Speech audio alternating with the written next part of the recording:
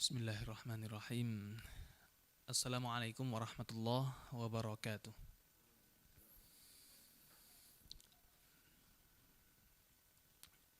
Innal hamdalillah nahmaduhu wa nasta'inuhu wa nastaghfiruh wa natubu ilaihi wa na'udzu billahi min syururi anfusina wa min sayyiati a'malina.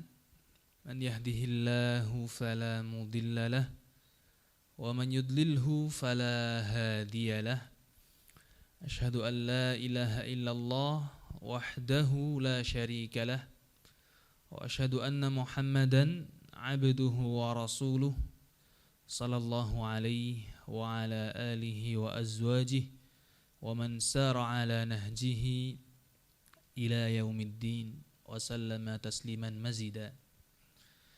Qala Allah Ta'ala fil Qur'an, ya ayyuhalladzina amanu ittaqullaha haqqa tuqatih wa la tamutunna illa wa antum muslimun. Wa qala ta'ala, yarfa'illahu alladzina amanu minkum walladzina utul ilma darajat. Wa qala ta'ala, qul hal yastawil ladzina ya'lamuna walladzina la ya'lamun. Qala Rasul alaihi salatu wassalam, man salaka tariqan yaltamisu fihi ilman sahhalallahu lahu bihi tariqan ilal jannah. Ma ba'd, alhamdulillah, bapak-bapak, ibu-ibu sekalian yang dirahmati Allah Subhanahu wa taala, senantiasa kita panjatkan puji syukur kita kepada Allah Subhanahu wa taala dengan senantiasa mengucap alhamdulillahirabbil alamin, dan juga kita meyakini bahwasanya semua nikmat itu datangnya dari Allah Subhanahu wa taala, dan juga dengan senantiasa syukur kita kepada Allah Subhanahu wa taala adalah menggunakan apa yang sudah Allah berikan kepada kita semua ini di dalam jalan ketaatan untuk beribadah kepada Allah Subhanahu wa taala.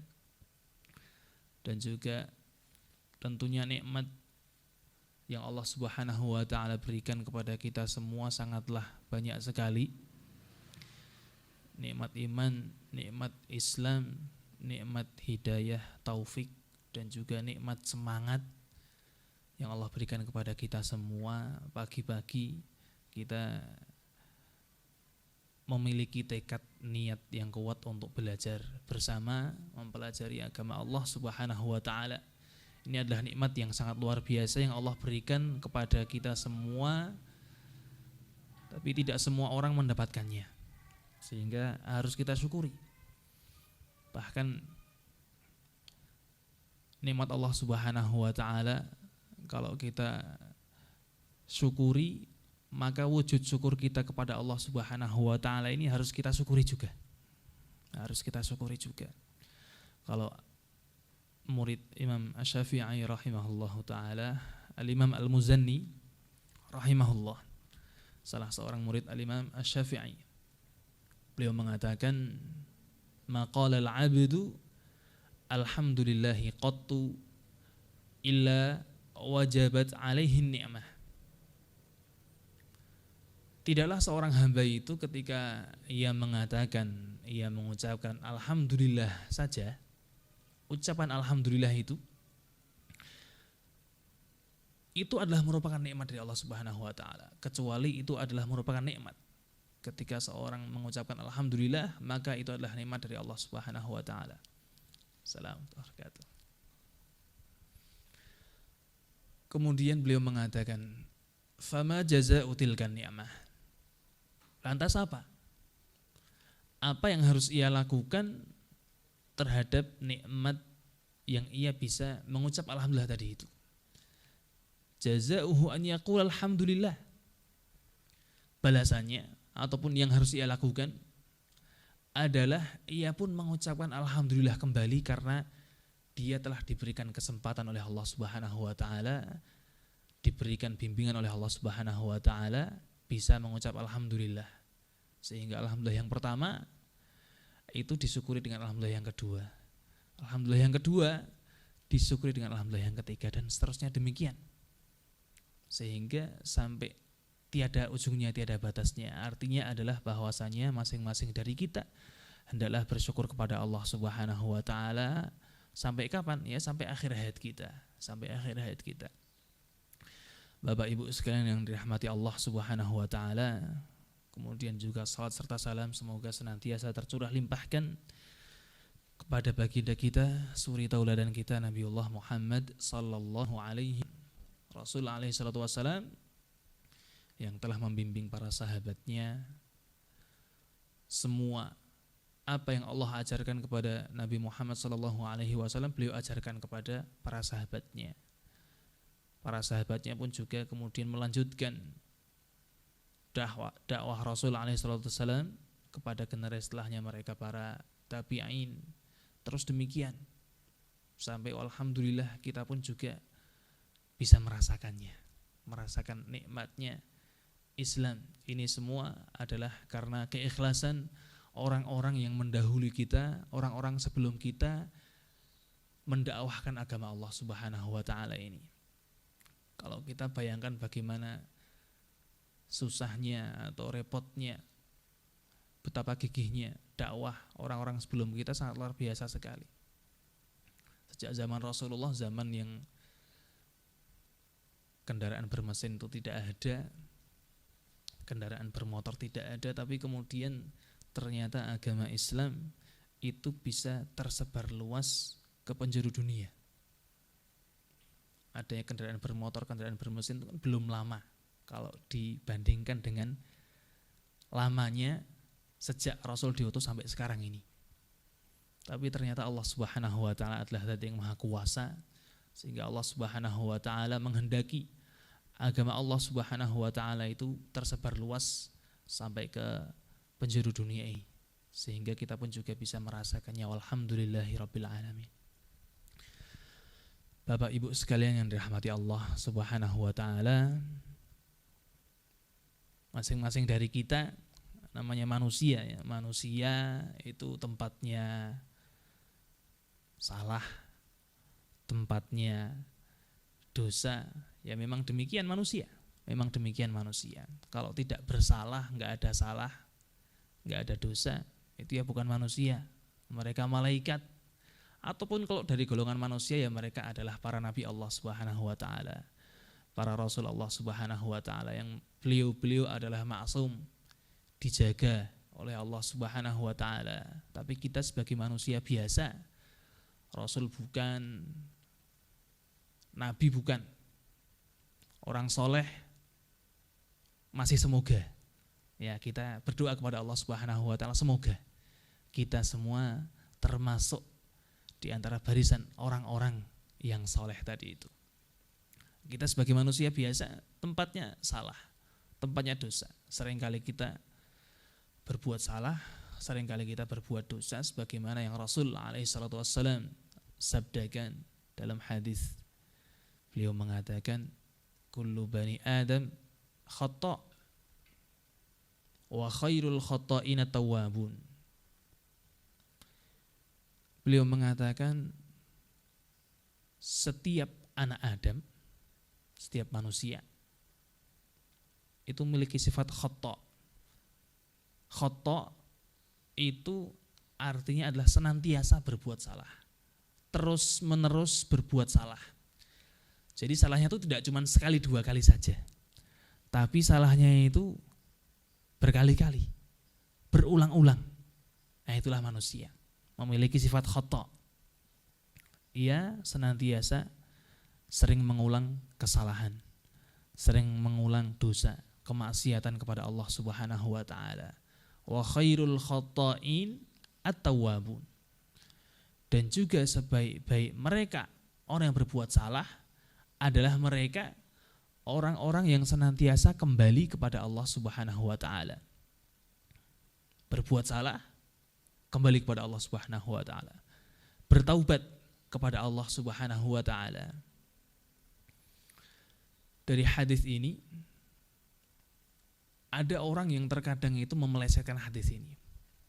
Hadis ini dipotong-potong terus kemudian ia jadikan dalih, bukan dalil, tapi dalih, alasan untuk berbuat salah. Wal'iyadzubillah, kita semua berlindung pada Allah Subhanahu wa taala daripada pemikiran orang-orang yang suka mengakal-akali syariat Allah Subhanahu wa taala ini. Mereka mengatakan kullu bani Adam khata'. Setiap manusia itu mesti berbuat salah. Cuman sampai situ saja. Mereka memenggal hadis ini. Apa yang terjadi? Mereka jadikan alasan, saya berbuat salah, ya memang demikian. Dalam rangka memenuhi hadis Rasul bahwasanya setiap manusia itu berbuat salah. Saya berbuat salah berarti saya termasuk di antara hadis Rasul ini. Wajar.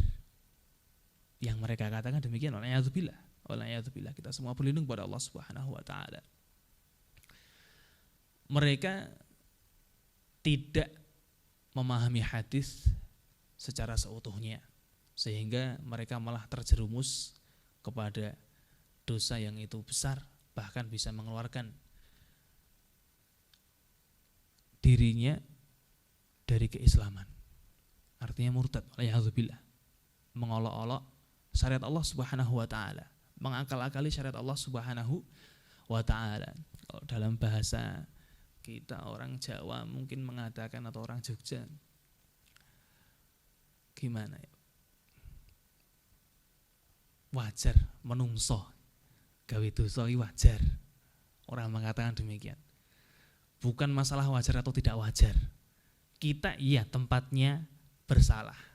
Tapi kemudian kalau misalnya kok orang dibilang wajar berbuat dosa, biasa manusia berbuat dosa, kemudian kok tidak dipahami hadis ini secara menyeluruh, bahwasanya yang diinginkan Rasul alaihi salatu wassalam dari mereka orang-orang yang berbuat salah, orang-orang yang berbuat dosa, yang diinginkan itu adalah justru pada kalimat yang kedua ini. Rasul mengatakan wa khairul khata'ina tawwabun. Sebaik-baik mereka orang-orang yang berbuat salah itu adalah mereka orang-orang yang setelah berbuat salah senantiasa kembali kepada Allah Subhanahu wa taala. Senantiasa bertaubat kepada Allah Subhanahu wa taala. Ini yang diinginkan oleh Rasul alaihi salatu wassalam. Beliau memotivasi orang-orang yang berbuat salah supaya mereka senantiasa kembali kepada Allah Subhanahu wa taala. Bukan berarti orang yang berbuat salah itu mereka baik, tidak.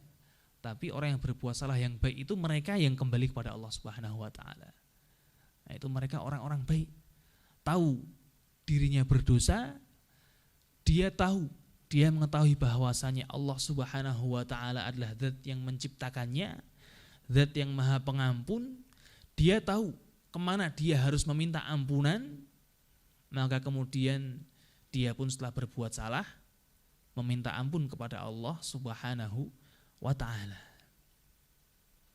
Betapa sombongnya kita, betapa sombongnya manusia ketika ia berbuat salah, ngelantur untuk berbuat salah, terus kemudian dia tahu bahwasanya Allah Subhanahu wa ta'ala adalah zat yang maha pengampun, mengampuni segala dosa, tapi kok kemudian ia tidak meminta ampun kepada Allah Subhanahu wa taala. Lalu kepada siapa lagi harus minta ampun?